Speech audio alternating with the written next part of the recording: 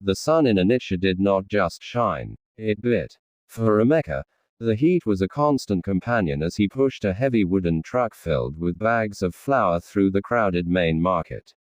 His journey was never a straight line, but a series of steep hills. The early struggle. Emeka was the first of 5 children. His father's retirement from the civil service had been met with a pension in view that never arrived, and his mother's small vegetable stall barely kept the soup pot simmering. Completing secondary school was a miracle of borrowed textbooks and patched uniforms. Emeka spent his afternoons after school offloading cement trucks, his lungs heavy with grey dust, just to pay his WAEC fees. When he finally held his certificate, it was wrinkled and stained with sweat, a trophy of endurance. For 3 years after graduation, Emeka became a jack of all trades. Morning. He was a bus conductor on the bumpy roads to Awka. Afternoon. He carried blocks at construction sites. Evening. He sold roasted corn by the roadside. Despite his hard work, the poverty at home stayed stubborn. His younger sister was sent home from school for fees, and his father's health was failing. Desperation began to grow where hope used to be. The desert and the sea. It was Chidi, an old schoolmate, who brought the news. Emeka, there is a way to Italy. It is hard, but once you cross, your family's story changes forever. The journey through Libya was a descent into a living nightmare. Emeka saw the Sahara Desert swallow men whole. He spent months in overcrowded connection houses, eating barely enough to survive. He crossed the Mediterranean in a rubber dinghy that breathed like a dying animal, the salt water stinging his skin as he prayed to a god he feared had forgotten him. The hard years in Italy. When Emeka finally touched Italian soil, there was no red carpet. The first 4 years were a blur of cold and hunger. He lived in the shadows of Castel Volturno, working as an undocumented laborer. He picked tomatoes in the blistering sun for pittance, his back aching just as it had in the cement yards of Nigeria.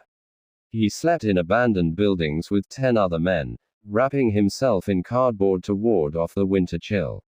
He sent every euro he could spare back to Onitsha, even if it meant he went to bed with an empty stomach. He was a ghost in a beautiful country, always looking over his shoulder, waiting for a break that felt like it would never come. The turning point. Emeka's life changed not by luck, but by his refusal to remain invisible. While working as a cleaner for a small logistics firm, he used his breaks to learn Italian from discarded newspapers. He helped the warehouse manager organize inventory using a system he devised in his head during his days in the Onitsha market. The manager noticed. When a junior clerk position opened up, he took a chance on the hard-working Nigerian boy. Emeka worked with a ferocity the locals hadn't seen. Within 2 years, he understood the logistics of European-African trade better than anyone in the firm. He identified a gap in the shipping of specialized machinery parts to West Africa and, with his savings and a small business loan, he started his own brokerage. The Return of the King. 10 years after he left, the ghost returned as a giant. Emeka didn't just send money. He built a modern hospital in his village so no father would suffer like his did. He established a scholarship fund for children who, like him, had the brains but not the means. When he stood on the balcony of the new house he built for his parents, watching his siblings drive cars he had bought for them, he looked at his hands. The scars from the cement bags and the tomato fields were still there, a permanent map of the long, hard road from the dust of Onitsha to the heights of success. You cannot just leave like this. We have a critical decision to make. I understand, but my hands are tied. The situation demands my immediate...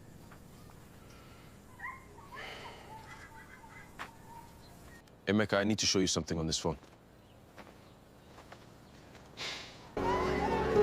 Mama, this is for you. Everything is settled. This is for you, Mama. All yours now. The return to Italy was not a homecoming to comfort, but a return to the trenches.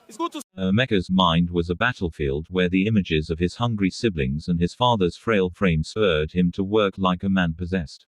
He took on a grueling, double-shift existence. By day, he managed his logistics brokerage, navigating the complexities of European export laws.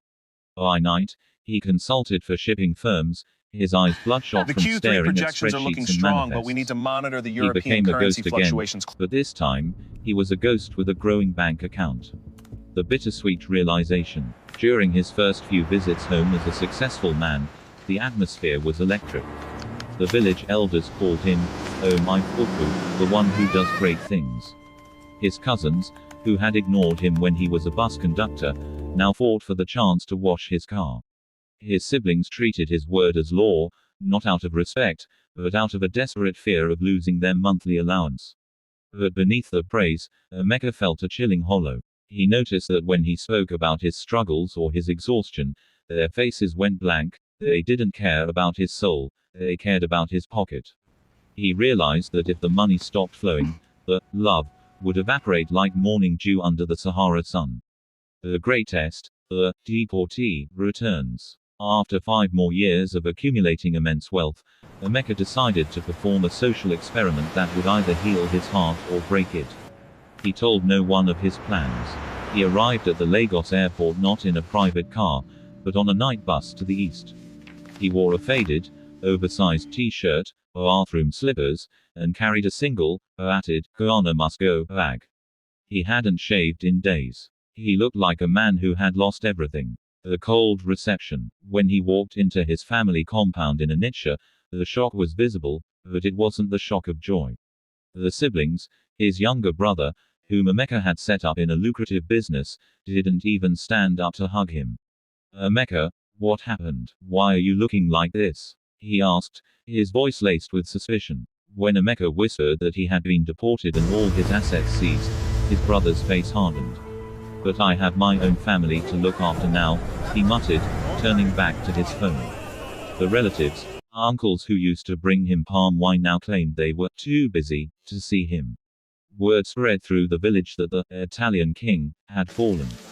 The same elders who once sang his praises now used him as a cautionary tale for their children.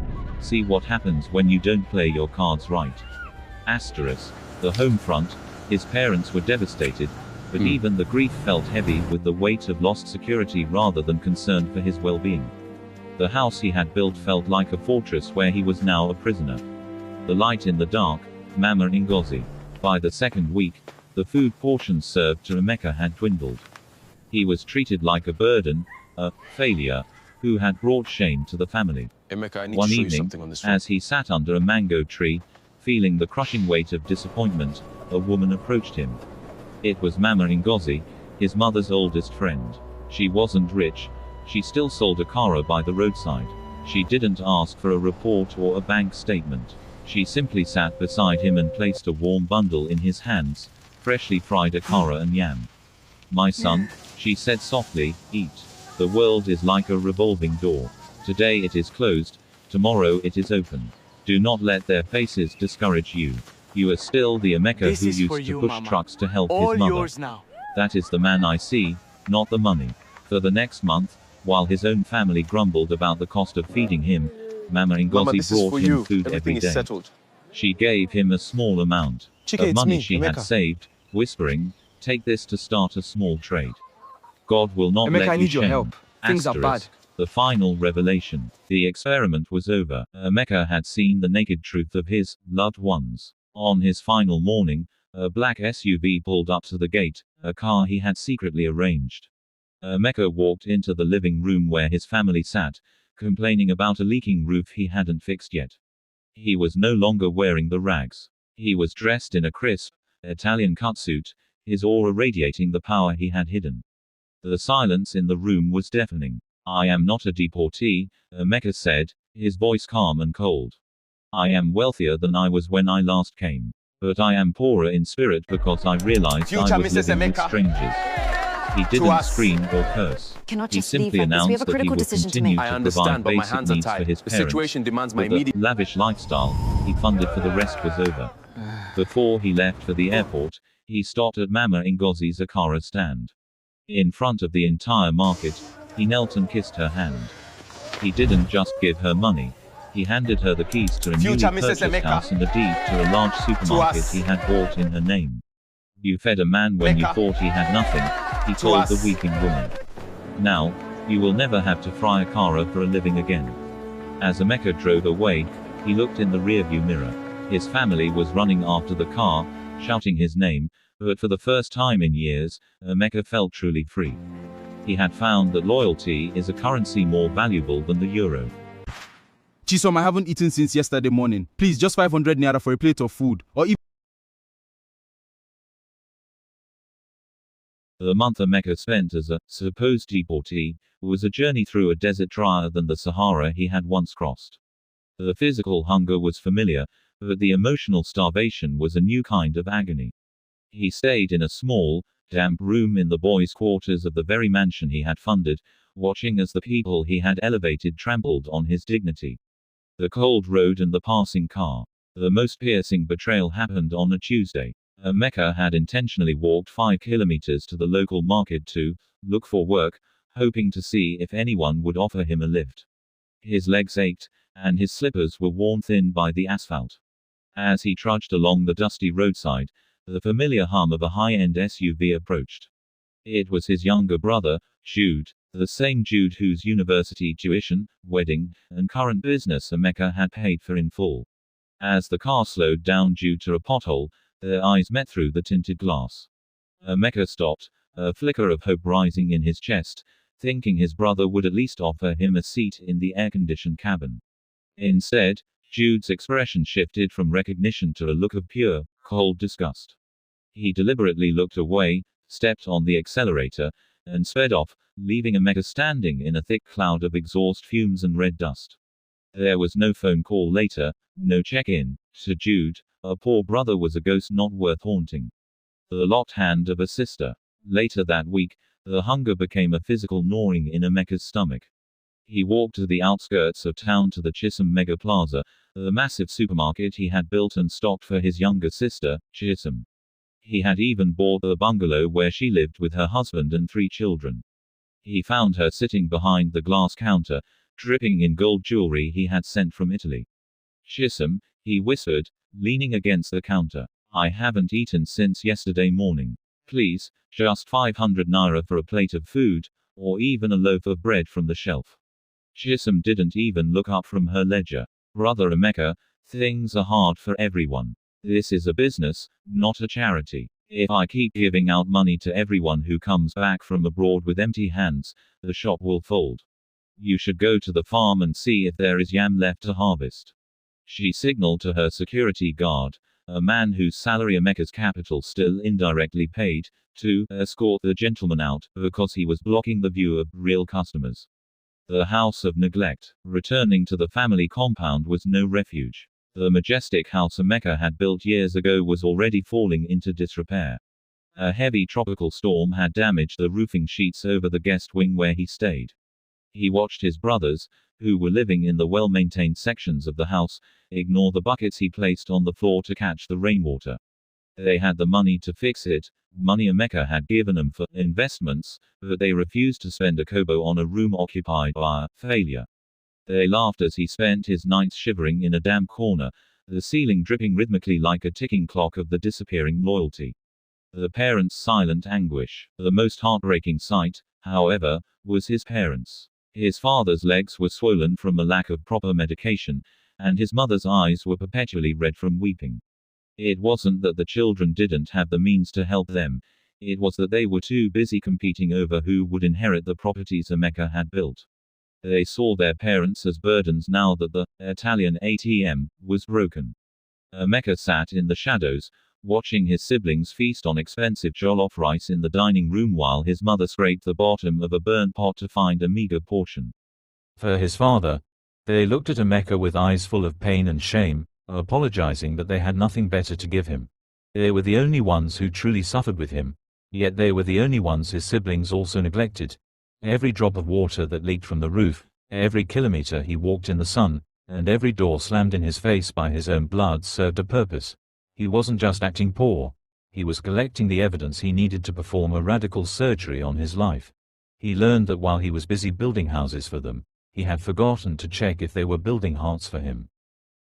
The days Emeka spent in his deportee skin were bitter, but the Eek Market days brought a strange, quiet sweetness. Amidst the mockery of his siblings and the dusty miles he walked, he found himself drawn to a corner of the market where an old woman and her daughter sold hand-woven baskets and local spices. That was where he met Adaobi, the beauty beneath the dust. Adaobi was a girl whose beauty was a hushed secret, muffled by the harsh realities of village life. Her wrappers were faded to the color of the earth, and her hands were calloused from peeling cassava and weaving raffia. Because she lacked the maintenance of the city girls, no expensive weaves, no designer perfumes, the local men overlooked her.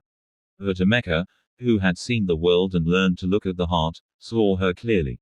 He saw the grace in how she spoke to the elderly, the intelligence in her eyes when she calculated change, and the resilience in her posture. Like him, she had finished secondary school with flying colors but had been grounded by a lack of funds, her dreams of becoming a nurse gathering dust like the baskets she sold. The test of the penniless man. Emeka began to frequent her stall, not as the Italian millionaire, but as the deportee. He would sit on a low wooden stool, sharing stories of a hard life and lost chances. He tested her in ways that were subtle yet profound. The hunger test. One afternoon, he sat by her stall and pretended he hadn't eaten. Without a word, Adaobi took half of the roasted yam her mother had packed for their lunch and handed it to him. Eat, brother Emeka, she said with a genuine smile. A man cannot think on an empty stomach. She didn't look at him with pity, but with dignity. The loyalty test. Emeka purposely told her that he was thinking of leaving for the city to work as a night watchman, a low-paying, dangerous job. Instead of discouraging him or mocking his lack of ambition, she encouraged him. Whatever your hand finds to do, do it well. Small beginnings lead to great ends. I will pray for your safety every night. The character test. One day, a wealthy local politician's son came to the stall, flaunting wads of cash and promising Adaobi a life of ease if she became his side piece. Emeka watched from a distance. Adaobi politely but firmly declined. When the man mocked Emeka, calling him a worthless deportee, Adaobi defended him. Money doesn't make a man, she snapped. Character does. And this man has more of it in his little finger than you have in your bank account. The proposal in the rain. The climax of his test came on a day when the heavens opened up. Emeka found Adaobi packing her mother's unsold baskets in the pouring rain. He rushed to help her, both of them getting soaked to the bone. As they took shelter under a small thatch roof, Emeka looked at her. Her hair was matted with rain, and her clothes clung to her, but her spirit was radiant. Adaobi, he started, his voice trembling, not from cold, but from emotion. I am a man with nothing. My family has turned their backs on me. I sleep in a leaking room. I have no car, no gold, and no promise of a bright tomorrow. All I have is these two hands and a heart that has found its home in you. Will you marry a man like me? Adaobi looked at him, her eyes soft and wet with more than just rain. She didn't ask about his papers or his plans. She took his rough hands in hers. Emeka, she whispered, I didn't fall in love with Italy. I fell in love with the man who sits with me at the market and listens to my dreams. If we have to start with nothing, then we will build something together. Yes, I will marry you. The final lesson. At that moment, Emeka felt a wealth that the euro could never provide. He realized that while his own blood had failed the test of prosperity, this poor village girl had passed the test of adversity. He held her close, knowing that in a few days, he would transform her life in ways she couldn't imagine. He would give her the nursing education she craved, the comfort she deserved, and a wedding that would be talked about for generations. But more importantly, he knew that when he finally took her back to Europe as his wife, he wasn't just taking a beautiful woman, he was taking a queen who had proven she could walk with him through the mud before he ever invited her to walk on gold. Look at them coming back to show us their faces. Two of them together, what good would that bring? We are here today to show you that we are not failures. We have found love and we will build it. The day Emeka decided to introduce Adaobi to his family, The atmosphere in the compound was thick with a toxic mix of mockery and resentment. They didn't see a beautiful union, they saw two failures coming together to multiply their poverty. The arrival at the lion's den. Emeka arrived at the family house holding Adaobi's hand. He was still dressed in his worn-out trousers, and Adaobi wore her best church dress, a simple, faded ankara that had been washed so many times the patterns were blurring. The family was gathered in the parlor, eating a lavish meal funded by the very businesses Emeka had established for them. As they walked in, the clinking of cutlery stopped. The bitter reception. His younger sister, Chisom, was the first to speak. She didn't even stand up. She looked Adaobi up and down with a sneer that could wither a flower. "So, brother Emeka, this is your plan?" she asked, her voice dripping with sarcasm. "You went to Italy, came back with nothing, and now you want to bring another mouth for us to feed. You went to the market and picked a basket seller to bring into this house." His brother, Jude, laughed, a harsh sound that echoed off the walls. "It makes sense, Chisom. Water finds its level. A deportee should naturally marry a girl who smells like sun-dried fish and raffia. Just know that there is no room for her here. We are already struggling to manage the space." The cruelty was relentless. His relatives whispered loudly about bad luck and village people following Emeka. Even his parents sat in the corner, silent and looking at the floor, too broken by their own suffering and the intimidation of their other successful children to voice their support. The breaking point. Adaobi stood tall, her grip on Emeka's hand tightening. She didn't cry. Her dignity remained intact even as Chisom pointed a greasy finger at her. "Look at her skin," Chisom continued. "No cream, no glow. Emeka, if you had any shame left, you would have stayed in the shadows instead of bringing this embarrassment to our gate." The drama escalated when Jude stood up and walked toward them. "In fact, both of you should leave. We are discussing how to renovate the upstairs, and we don't need the smell of the market in this parlor." The lone voice, Mama Ngozi's intervention. Just as the humiliation reached its peak, a loud, commanding voice cut through the insults from the doorway. Enough. It was Mama Ngozi. She had walked in carrying a small bowl of ugba she had prepared for Emeka. She pushed past Jude, standing firmly between the couple and the rest of the family. "You people should be ashamed," she cried out, her voice shaking with righteous anger. "Jude, who bought the car you used to splash mud on Emeka last week? Chisom, whose money built the shop where you now act like a queen? This is your brother, the one who carried cement on his back so you could go to school." She turned to Adaobi and pulled her into a warm embrace, a stark contrast to the coldness in the room. "My daughter," Mama Ngozi said loudly so everyone could hear, "do not listen to them. A house built on ingratitude will never stand, but a life built on love will never fall. If they say there is no room for you here, you will come to my house. It is small, but it is clean, and you are welcome as a daughter." Mama Ngozi turned back to the siblings, her eyes narrow. "You think you are seeing a poor man. You are seeing a man whose heart is gold. And you," she pointed at Chisom, "you are the one who is truly poor, because your soul is empty." The final silence. The siblings grumbled, calling Mama Ngozi a busybody, and an old woman who has lost her mind, but they couldn't look her in the eye. They went back to their food, ignoring the trio standing in the center of the room. Emeka looked at Mama Ngozi, a single tear finally escaping his eye. Not because of the pain, but because in the midst of a desert of betrayal, he had found two wells of pure water, the woman he loved and the woman who had remained a mother when his own family had become strangers. He leaned in and whispered to Mama Ngozi, "Mama, remember this day. For every insult they rained on us, a blessing is coming to you.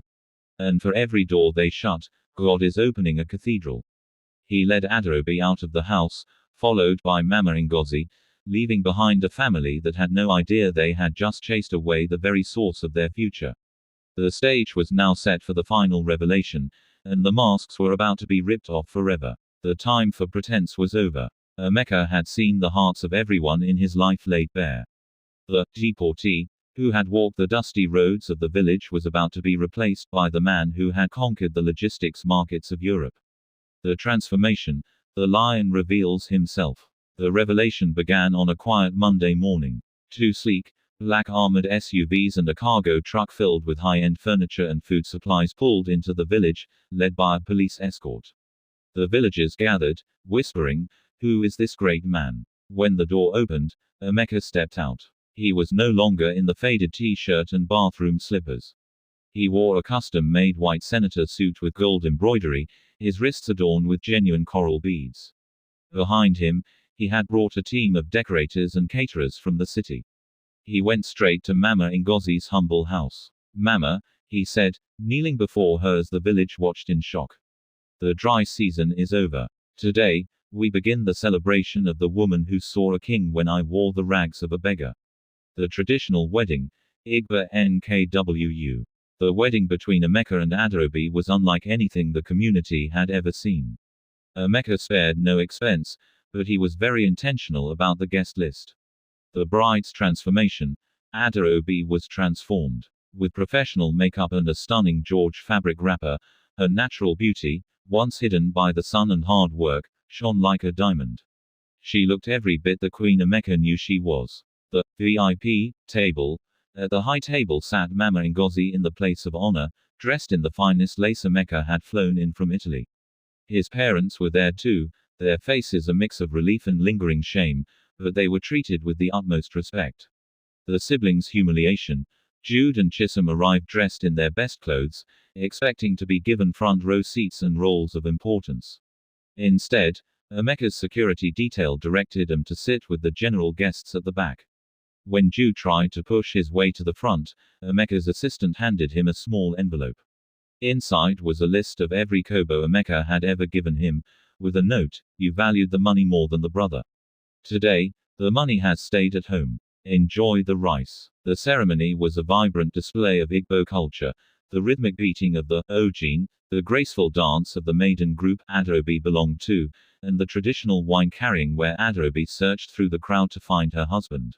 When she knelt and handed the cup of palm wine to Emeka, the roar of the crowd shook the trees. The departure. A new horizon. The day after the wedding, the final phase of Emeka's plan was executed.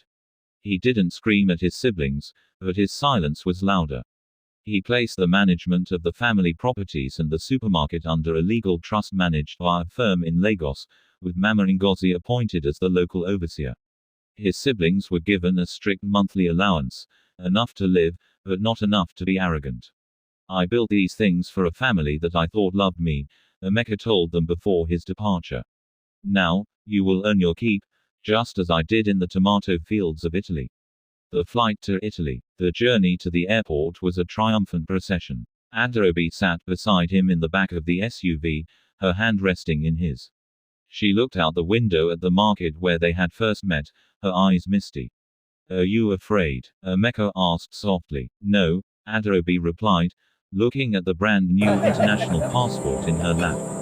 "As long as I am with the man who shared his yam with me when he had nothing, I am home." When they arrived in Italy, the contrast to Emeka's first arrival was poetic.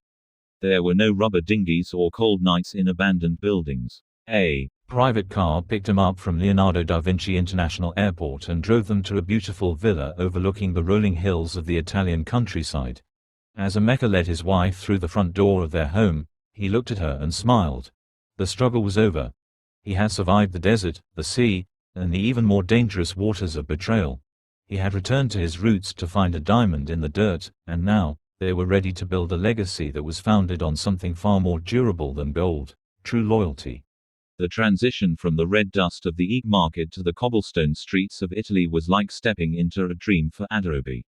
However, under Emeka's guidance, she didn't just become a spectator of luxury, she became a woman of substance, refining her natural intelligence into a polished brilliance. The transformation, beyond the surface. The first few months in Italy were dedicated to Adaobi's healing and adaptation. The calluses on her hands from years of weaving baskets began to soften, and the weariness in her eyes was replaced by a vibrant spark. Emeka didn't just buy her clothes, he introduced her to a new way of living. He hired a private Italian tutor to help her master the language, and soon, her soft Igbo-accented Italian became a mark of her unique charm in their social circles. She traded her faded wrappers for elegant, minimalist European fashion that accentuated her statuesque African beauty. Yet, she never lost her roots. She often hosted dinner parties where she served gourmet versions of Nigerian dishes, bridging the gap between her two worlds. The pursuit of the dream, from market to medicine. Emeka remembered the fire in Adaobi's eyes when she spoke about the nursing degree she could never afford. Once she was settled and fluent in the language, he surprised her with an enrollment at a prestigious university in Milan. The academic journey, Adaobi's struggle in the village had given her a level of discipline her classmates couldn't match. She studied with a ferocity that amazed her professors. While other students complained about the workload, Adaobi remembered the days of frying akara in the heat and found the library to be a sanctuary. The graduation, 3 years later, Adaobi walked across the stage to receive her degree in nursing and health management. When she looked into the crowd and saw Emeka standing there, tears of pride streaming down his face, she knew that her yes in the rain years ago was the best decision of her life. The arrival of the twins, Emeka Jr. and Adaobi Jr. The pinnacle of their joy came a year after her graduation. The villa, once quiet and orderly, was filled with the anticipation of new life. When the day finally came, the halls of the hospital echoed with the cries of not one, but 2 healthy babies. They named them Emeka Jr. and Adaobi Jr. The birth of the twins was a symbolic victory over the poverty that had once threatened to extinguish their lineages. To celebrate their arrival, Emeka did not throw a party for the sycophants back home. Instead, 1. The Legacy Fund. He established a trust fund in the twins' names that would specifically fund the education of orphaned children in their home village. 2. Mama Ngozi's visit. He flew Mama Ngozi to Italy for 3 months. The sight of the woman who had fed them in their poverty, now cradling the heirs to the Emeka estate in a plush Italian nursery, was a full-circle moment of divine justice. A life of purpose. In Italy, Adaobi became more than just the millionaire's wife. She began working part-time in a specialized clinic, using her skills to help migrants and the less fortunate, earning her the nickname, L'Angelo Nero, the Black Angel. Every evening, she and Emeka would sit on their terrace, watching the sun set over the Italian horizon while the twins played at their feet. They often spoke about the Eek market, the leaking roof, and the long walk on the dusty road. They kept those memories not as scars, but as a compass, ensuring they stayed grounded in love and guarded against the fake loyalty that had once nearly cost Emeka his soul. Adaobi's life became a living testimony that a person's background may be the soil they grow in, but it does not have to be the ceiling of the destiny. The dust of the village roads had never seen a transformation quite like the one that arrived on a bright Saturday afternoon. It had been several years since Emeka and Adaobi left as a failed deportee and a market girl. Their return was not just a visit, it was a festival of grace, a public vindication that silenced every mocking tongue in the community. The arrival of the royal family. The procession started at the village outskirts. 4 gleaming white SUVs, their tires kicking up the red earth, moved in a slow, dignified line. When the lead vehicle stopped in front of the family compound, a heavy silence fell over the neighbors who had gathered to watch. First, Emeka stepped out. He carried the aura of a man who had conquered giants, calm, powerful, and impeccably dressed in a deep navy traditional robe with silver embroidery. But it was the opening of the passenger door that drew a collective gasp from the crowd. The transformation of a queen. When Adaobi stepped out, the village women stood frozen. The girl who used to wear faded wrappers and have cracked heels from the market was gone. In her place stood a woman of breathtaking elegance. Her skin, once dulled by the harsh African sun, her skin now glowed with a polished, mahogany luster, the result of a life of peace and premium care. Her presence, she wore a custom-tailored silk lace outfit that moved like liquid gold. Her hair was styled in a sophisticated updo, and she walked with a grace that can only come from a woman who has found her worth. The intelligence, you could see it in her eyes, the sharp, refined gaze of a qualified nurse and a woman who had traveled the world. She was no longer just a village beauty, she was an international woman of substance. The heirs, Emeka Jr. and Adaobi Jr. Then came the children. The twins, now young and vibrant, looked like little angels plucked from a magazine. Emeka Jr. was a carbon copy of his father, sporting a miniature version of his traditional outfit. His skin was smooth, his eyes bright with curiosity, and he carried himself with a quiet confidence that showed he had never known a day of lack. Adaobi Jr. was the image of her mother's refined beauty. Her hair was adorned with gold clips, and her laughter was like the tinkling of bells. The children spoke Italian and English fluently, their voices carrying a melodic, a broad accent that fascinated the local children who peered through the gates. They were the living evidence that the cycle of poverty in Emeka's lineage had been permanently broken. The meeting with the family. Inside the compound, the atmosphere was thick with tension.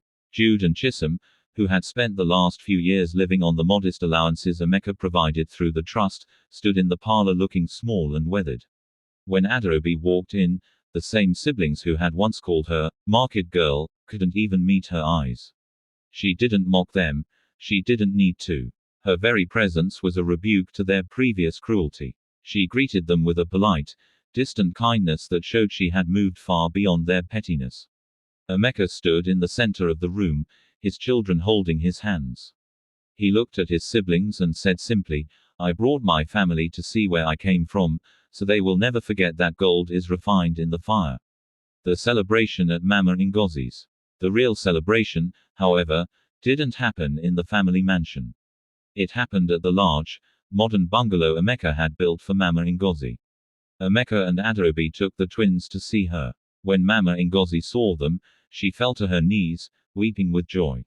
Emeka Jr. and Adaobi Jr. hugged her, their soft hands a contrast to her aged ones. "Mama," Adaobi said, her voice rich and steady, "the seeds you planted in the rain have grown into a forest. The legacy of the return." As the sun began to set, Emeka hosted a grand feast for the entire village, excluding no one, but honoring the lowly. He announced the completion of a new maternity ward in the village hospital, named the Adaobi Emeka Wellness Center, where Adaobi would personally oversee a yearly medical mission. He established a market grant for women like his mother and Mama Ngozi used to be, ensuring no girl would have to drop out of school because of a lack of funds. As the music of the Ojin filled the air, the villagers watched Emeka and Adaobi dance. They were no longer the deportee and the basket seller. They were the symbols of hope. They had returned not to boast, but to show that with God, a pure heart, and a woman who can stand by you in the rain, there is no height a man cannot reach. The story of Emeka was no longer a story of struggle, it was a legend of triumph, written in the beautiful faces